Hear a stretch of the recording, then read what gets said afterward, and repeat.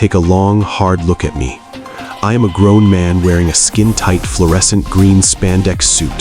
I look like a radioactive highlighter that gained a soul, or perhaps a green screen error that developed a very specific attitude problem. I have officially traded every ounce of my social reputation for the cold. Hard biological truth. While I stand here looking like a high-visibility hazard at a chemical spill, let's talk about why your shoulders are currently throwing a tantrum and why your training schedule is a scientific tragedy. Your shoulders have been working overtime in every single workout you've ever performed, but they've likely never received their own dedicated session. It's no wonder they throw a physiological tantrum every time you attempt a simple push-up. Observe Red, our resident muscle-bound coach. He believes that as long as he's doing heavy pull-ups and chest dips, his shoulders are fine. Meanwhile, Yellow is over in the corner obsessing over her macronutrients to the 4th decimal point, yet her shoulders are so unstable she can barely hold a plank without her arms vibrating like a structural failure. And then we have Green, our relatable novice, whose shoulders currently make a sound like a bag of dry crackers every time he reaches for a glass of water. The truth is, just because your shoulders are working doesn't mean you're actually training them for efficiency. In the hierarchy of calisthenics, the deltoids are often treated like the biological interns of the upper body. They do all the supporting work, while the back and chest take all the credit. Pull-ups are primarily for the lats. Dips focus on the chest and triceps. If you don't target the shoulders directly, you are essentially building a skyscraper on a foundation of wet cardboard.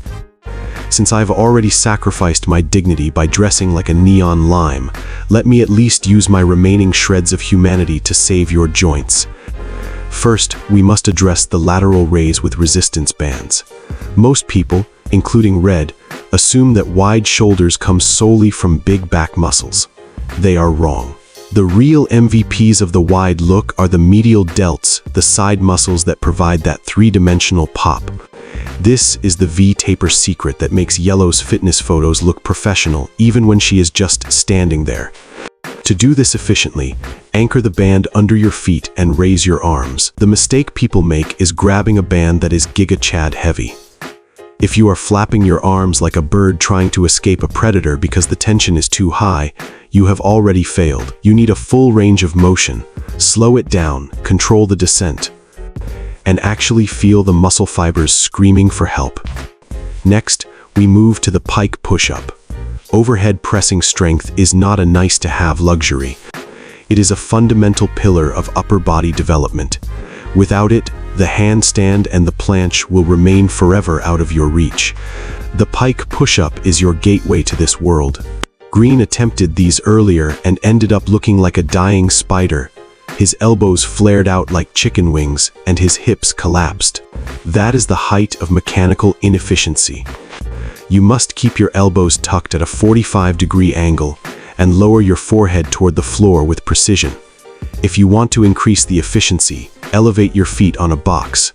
The closer your torso gets to vertical, the closer you get to actual shoulder mastery. Then there are ring face pulls.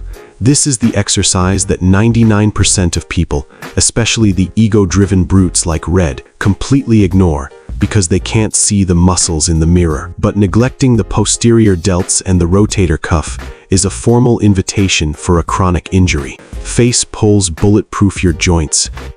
They build the scapular control that prevents your posture from collapsing into the depressed office worker shape. Focus on rotating the shoulders and squeezing your shoulder blades together as if you're trying to crush a grape between them. If you're rushing through this movement, you're just wasting the construction crew's time. The ultimate metric of shoulder efficiency is the handstand push-up. If you can perform these strictly, your shoulders have officially reached elite level status. This is the calisthenics equivalent of an overhead press with a massive barbell, but it's significantly harder because you are managing your entire body's balance, even if you use a wall for assistance. Like Green, the key is maintaining structural integrity. If your back is sagging into a banana shape, you aren't building strength. You're just leaking power and risking a trip to the chiropractor. Keep your core tight, stay in a straight line, and respect the biological timeline of progress. Finally, I'll share the efficiency hack that no one talks about, because it isn't cool enough for Instagram. Isometric support holds. Strong shoulders are useful, but stable shoulders are what separate the beginners from the advanced athletes. This is the secret ingredient to keeping your joints injury-free while performing high-impact moves. Hold yourself locked on parallel bars or rings. No movement, just absolute static tension. If your shoulders are shrugging up toward your ears like you're trying to disappear into your own chest cavity, stop. Keep them packed down and engaged. On rings, this is even more brutal because the equipment is actively trying to move away from you, and your shoulders have to fight for survival. If you choose to skip these steps, you will eventually regret it when your progress hits a wall and your joints start to feel like they're filled with sand.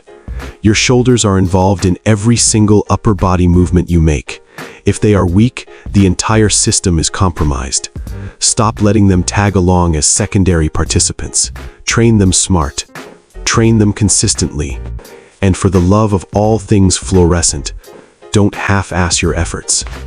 I might look like a high-visibility lemon in this spandex, but at least my upper body is a fortress built on science. Follow the visual progressions in our calisthenics playbook and stop guessing your way through your workouts. Stay efficient or stay weak.